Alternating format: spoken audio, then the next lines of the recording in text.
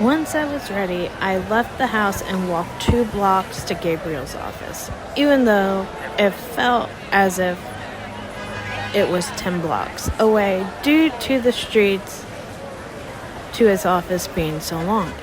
It made me wish I was old enough to drive a car.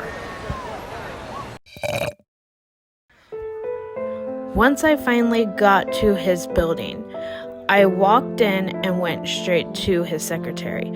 I placed my hands on the desk in front of her and said, "I am here to see Gabriel Sexton." The secretary looked up and asked, "What is your name? I will let him know you are here." I smiled at her and said, "My name is Elena Jenson." She smiled back at me and said, "I will let him know you are here. Just have a seat in the waiting area over there." "Thank you," I said while walking to the seating area. I sat in one of the chairs, feeling more nervous as time passed.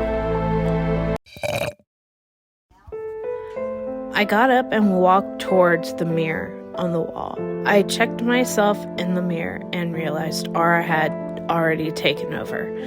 I asked, "So do you want to go first?" Aura rolled her eyes and frowned as she said, "She was looking, but I wasn't. All I can say is at least the shirt makes you look a little bit decent." Nathaniel rolled his eyes and said, "I should have known it was you, not Elena. What is your problem with me anyway?" Aura smiled wickedly at him and got as close as possible to Nathaniel before saying, "Don't get angry.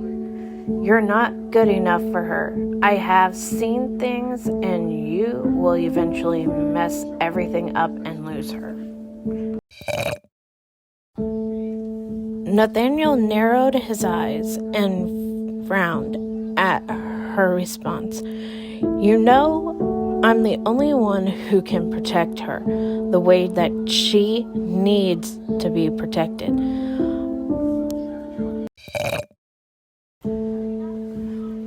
Aura rolled her eyes and placed her hands on her hips and said, "Whatever you say, Prince Charming. However, I am more intrigued about our meeting with your father. Shall we get this over with?" "Yes, right this way," he said while escorting me to the elevator. Once Nathaniel was inside, he pressed the button for the 10th floor. When the doors opened, he entered Gabriel's office. Nathaniel led us out of the elevator and walked towards his father's desk. Gabriel was facing the other direction and was oblivious to our presence. Nathaniel leaned over and whispered something into his father's ear. Then he turned around and stared at me with piercing blue eyes.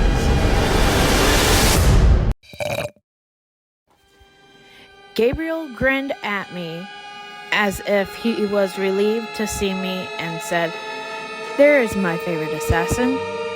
How are your youngest sisters?" Aura looked down at the floor, tried to calm her nerves, and said, "They are not doing so well. However, a doctor is visiting today." When Aura glanced back up, she saw Gabriel looking sad as he said, "Well, this is sad to hear, my dear." Aura eyed him and said, "Yes, it is, sir. However, shall we get down to business now? I'm sure you don't have all day to waste." Gabriel smirked and said, "You are right, young lady. And since you are out right now, let's start with your mission." Aura smiled at him and said, "Sounds good, sir." Gabriel eyed me as if I were a piece of meat, and he wanted to devour me instantly. He let out a breath and said, "Okay, as you may have heard, we have a few traitors in our ranks. My son's mother is also one of them. They managed to leave, had one-night stands with humans, and bore their children. Well, we have managed to find 2 of these children. They are to be killed along with everyone they live with." Ara looked at him, raised an eyebrow, and said, "All right, but why couldn't you hand over the files to me? It's as if you are trying to hide something." Gabriel let out a breath, and the conflict he was currently fighting was visible in his eyes. And he said, "To be honest with you, I am trying to keep this under wraps. These missions are confidential, and we don't know the parents' identities when we find them." Ara lowered her head, and a tear slid down her cheek as she said, "Okay, I understand. So who are they?" Then she saw Nathaniel walk over towards a filing cabinet and shuffled through the files. He pulled them out and took them to his father, and Gabriel opened them. He looked up at me, tapped a finger on the open file, and said, "So now that you know, I usually send Nathaniel on these missions. But there is a reason he is not on it. And it's because of this kid, Nolan Sharp. His mother's name is Jacqueline Sharp, and she is Nathaniel's mother." Then we have Shane Barrett. His mother is Petra Barrett, and his father is Noel Jenson, your father. I started fighting back the urge to take over, as Ara wasn't letting me. She then said, "You must understand, we need some more time to think about this mission." Gabriel smiled at her and said, "I can understand, as your father has made your family and friends a part of this." Ara lowered her head and said, "Thank you for understanding."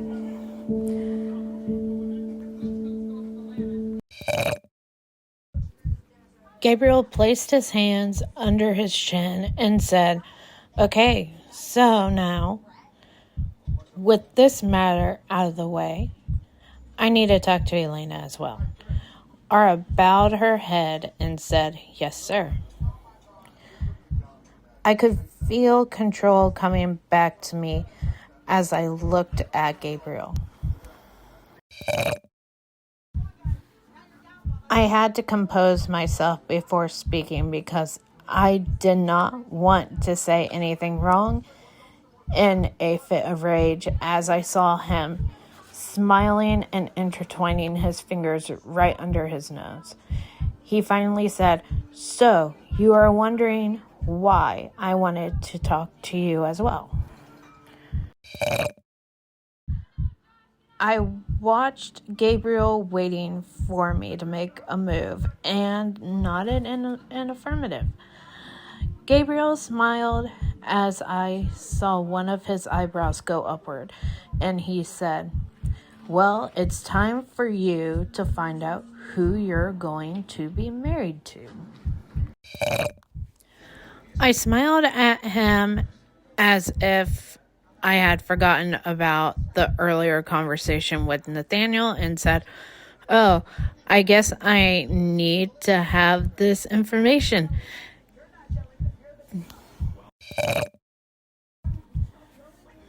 Gabriel breathed and said, Yes, you do, my dear.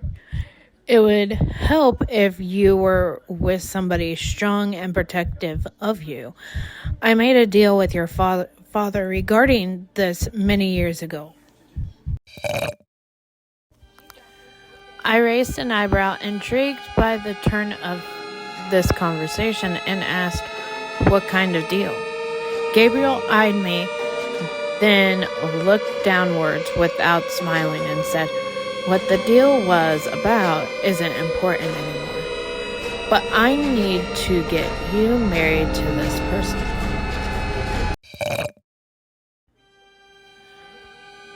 I suddenly became silent as I was surprised. I couldn't understand what Gabriel was implying. I kept backing away and asked him, What are you talking about? I saw darkness flash in his eyes, and he slammed his fist onto the desk. Nathaniel backed away slowly, still observing his father's every move. Then Gabriel said, All right, do you want to know who your lover will be? Well, he's standing right behind me, my son Nathaniel. I started to back away from him again, and the next thing I knew, Nathaniel was tackling me and holding me to the ground, similar to my dream. I pleaded with him, Nathaniel, please let me go. Nathaniel looked down at me with his eyes brimming with sadness and said, I'm sorry, I can't. My eyes widened as I asked him, What do you mean? Nathaniel closed his eyes, let out a breath he was holding in, and said, I might be his son, but I still have to follow his orders. I heard Gabriel's footsteps approaching. I braced myself for what I thought was going to happen. Then he said, My dear, you should know. No one is an exception to following my orders. You will marry my son after you turn 18. Then Nathaniel let go of my arms and turned towards his father. He said, Dad, she isn't disobeying any orders. She is young and naive, and being forced into something is scary. We will do this the right way and get to know each other first. Gabriel looked at him and said, Fine, I agree, as I probably have ruined your chance with her. You may go now, Miss Jenson. I quickly stood and ran towards the elevator. I was not expecting to receive any of the information shared with me. I don't know how I am supposed to feel about any of this. Why didn't anyone tell me anything about this earlier?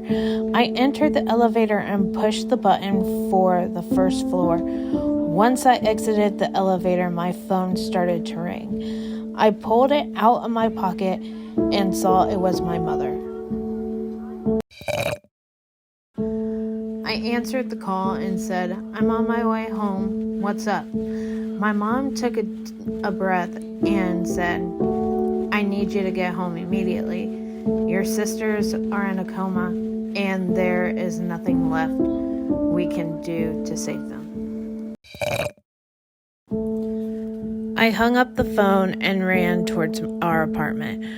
I was not expecting to lose my sisters, mainly because Colleen and I had somehow managed to survive the same trauma all those years ago.